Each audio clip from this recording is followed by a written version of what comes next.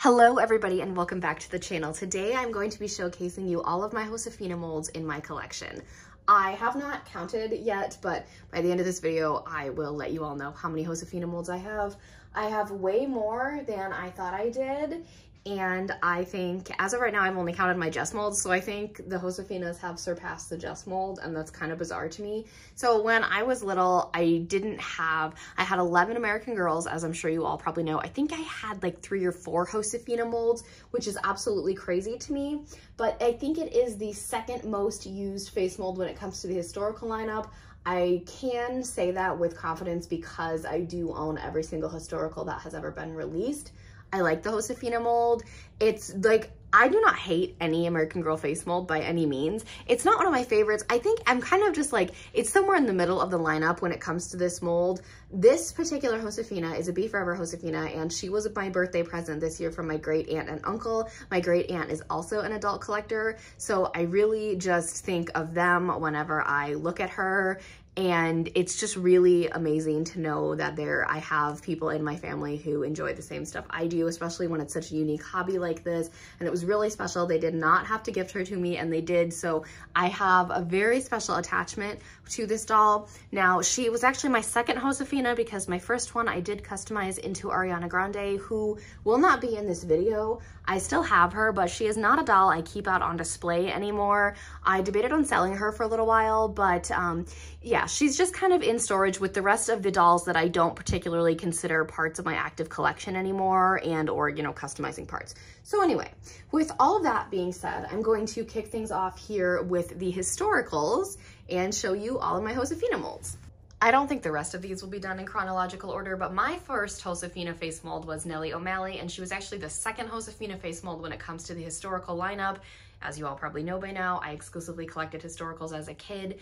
So Miss Nellie is really special to me because, like I said, she was my first Josefina mold. Up until then, I only had classics, and I got her with Samantha. I got them together. So Samantha added another classic, but Nellie definitely changed things up because she was a Josefina mold. Now, for Nellies, it's very strange to me that my Nellie and a ton of other people's Nellies are actually taller than the rest of the dolls. I don't know if anyone's ever said like why this is. I don't know why her neck appears to be like a little bit longer. That just might be mine. But I know that Nellie is actually taller than the rest of the 18 inchers, which is so weird to me, but it makes her like even more unique. And she's very cute. My Nellie actually has a dud eye that sticks, so if I lay her down, her eye will remain closed when I stand her back up. But I find that to be really cute and enchanting little defect, and you know, she's pretty good for considering how old she was because I literally got her in 2004 when she was released. Here is my precious Elizabeth that I got in 2005, her release year with Felicity Merriman. So Elizabeth was my absolute #1 when it came to my childhood 11. And when I think about them all now, she definitely still is. Kirsten is a close second, don't worry. But she's my favorite best friend doll. I love her time period. I absolutely love all of her pieces. I feel like if I was an American Girl in a specific time period, I would have like all of Elizabeth's clothes and I would be just like her, and she's just so beautiful. I know mine isn't in the greatest condition, but that was because she was extremely well loved, and I've been told multiple times, just send her to the doll hospital. This is a doll I don't ever want to like let out of my sight, so I'm fine if she doesn't have her pin curls. It doesn't really bother me at all. I don't use her a whole lot because I only have 2 outfits for her, one of which is incomplete. So she kind of just stays in her meat dress, which is fine with me. That doesn't bother me at all. I love her. She is absolutely breathtaking. She was the first Josefina mold in the historical lineup with blonde hair and blue eyes. I don't know about the Just Like You Truly Me's. I'm trying to run through them all in my head, but there's literally 92 of them, and I can't remember if or who is the first blonde-haired blue-eyed Josefina mold, but that's not important. I don't know if one even exists in that lineup. Maybe they do, I don't know. But Elizabeth is one of the most breathtaking dolls American Girl has ever released. Our next historical is Julie Albright, and my mom and dad got her for me for Christmas in 2007, her release year. So she was one of the few Josefinas I had as a kid, like Nellie and Elizabeth. So like the case of a lot of the main dolls and the best friends, I prefer Ivy 1,000,000% over Julie. I just feel that Julie is a very overrated and overhyped doll. Now, if you like Julie, please don't take offense to this. I loved her as a kid. I think it was because she was one of the dolls that had the longest hair in my collection, and even though I did play with it a lot, it is still in absolute perfect condition. There's nothing wrong with it. It's still very, very smooth and thick and luscious. I do always think of my dad when I look at her because the year she is from is actually the year my dad was born. So I was like, that's pretty funny. And when I got back into collecting, he was looking at one of the catalogs with me and he's like, why don't you have that one? And he pointed to Julie and I said, I do. You guys got her for me for Christmas like over a decade ago. So I really always think of my dad when I look at her, and that kind of makes me love her a little bit more. Rebecca Rubin is extremely special to me for a number of reasons. So this is the Be Forever Rebecca. And when I was little, I had the historical version, and she was the very last American Girl doll I ever received for Christmas. And when I got back into collecting, my Rebecca, since she was the last doll I got, I never really had like a super strong connection with her, and her wig was very thin, so I decided to go ahead and customize her. I have those pieces like of that doll still. Well, her I have her shell, and I was like, I really miss having a Rebecca. And then I decided it was going to be my mission to complete the historical lineup, and Rebecca was the last one I needed, and I was like, I would have completed it with Josefina if I wasn't, you know, so dumb and customized my historical Rebecca. But the thing is, I prefer the Be Forever version, and I'm glad to have her in like pristine condition, and I have both meat outfits now, and I absolutely love her. She is one of my favorite historicals ever. Her collection is always one I gravitate towards, and since she is actually one of the only historicals with the Josefina mold that is still available, I seriously suggest her more than any of the other Josefina molds that you can purchase their full collections and stuff. Like, she's absolutely gorgeous, and I love her so, so much. Marisol Luna from 2005 is going to start us off with the Girl of the Years. So this is actually my sister's doll. It was my sister's first doll. So she has that cute little leg defect where she just leans a little bit to the side. And since she was my sister's first doll, and she is quite ancient, she is a little bit worse for wear, but I have restored her as best I can, and I think she looks really, really beautiful. So Marisol was the third Girl of the Year, and she's kind of been known for quote unquote saving the Girl of the Year line. She was the first one to have the Josefina mold. Now, she was only the third doll in that line, so that's like not terrible. She is a very, very beautiful doll. I love her a lot. I think I would have loved to have had her, you know, new in box in pristine condition, but it doesn't bother me at all. She's really pretty, and since she's my sister's doll, I obviously think of my sister when I look at her. I love her name. I love that she has a Siamese cat. You know, that's just something I really love, because you guys know I have a Siamese cat. So I like Marisol. I think she's really pretty. She was very unique for her time, and I don't think she's aged terribly. I do think her meat outfit aged terribly, but as for the doll herself, no, she's all good. Next, here we have McKenna Brooks from 2012. In my collection, she is known as McKenna Celine because I decided to hyphenate her first and middle names. Now, I am a huge McKenna fan. There's not a ton. I think she kind of gets just lost in the sea of dolls and stuff. No, nothing about her is really unique. Yes, she does not have a part, but she kind of, you know, that's what she's known for. But if you guys didn't know, the very first doll did not have a part was actually just like U15, and then Girl of the Year 2003, Kaylee Hopkins, and then McKenna. But everybody always forgets about those two because they were older, so it's always McKenna, you know, which I'm not hating on McKenna because I literally just said I'm a huge McKenna fan. I love her so much.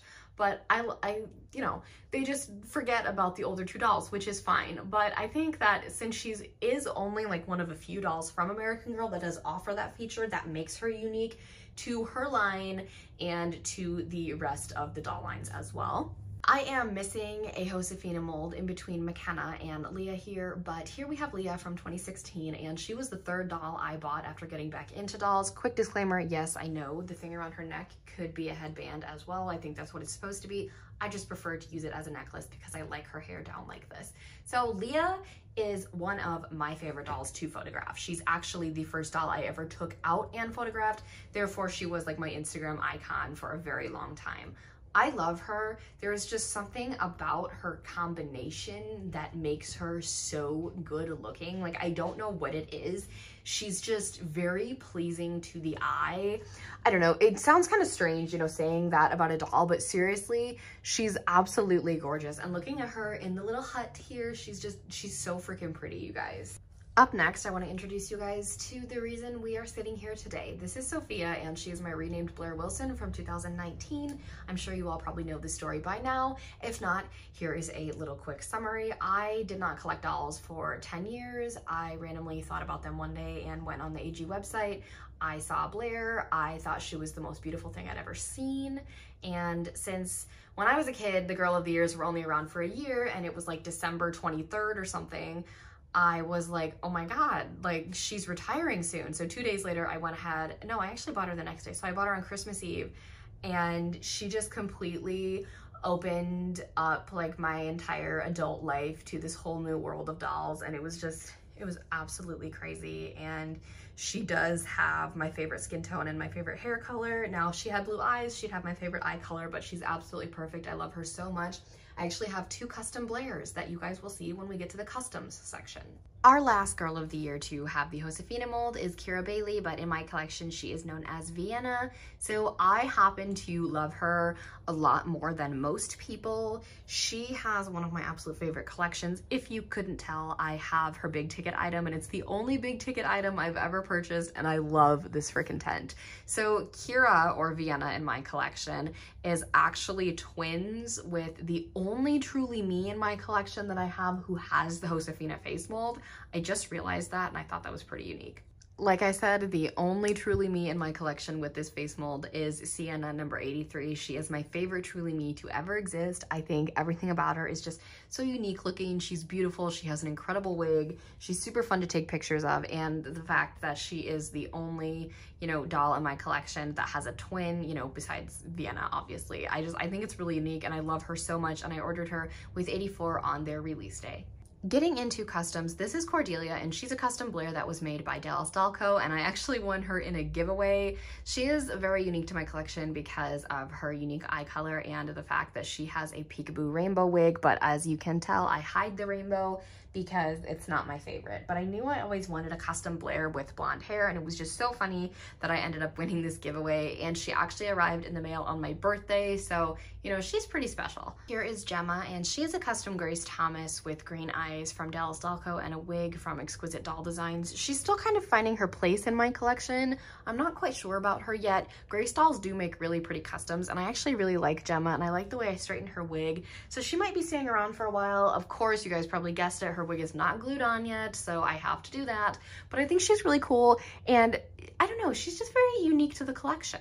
Speaking of dolls that are unique to my collection, this is Mercedes, and she is a doll that was created by Small Dolls, but I purchased her from Small Sofia over on Instagram, and she is my only doll that Teddy has made. Like I said, her features are also super unique to my collection, and her little fun story is that I pulled her out of the box and I just said, your name is Mercedes. And I don't think I've ever come up with a doll name that quick after I pulled one out of the box. So it was a really unique experience.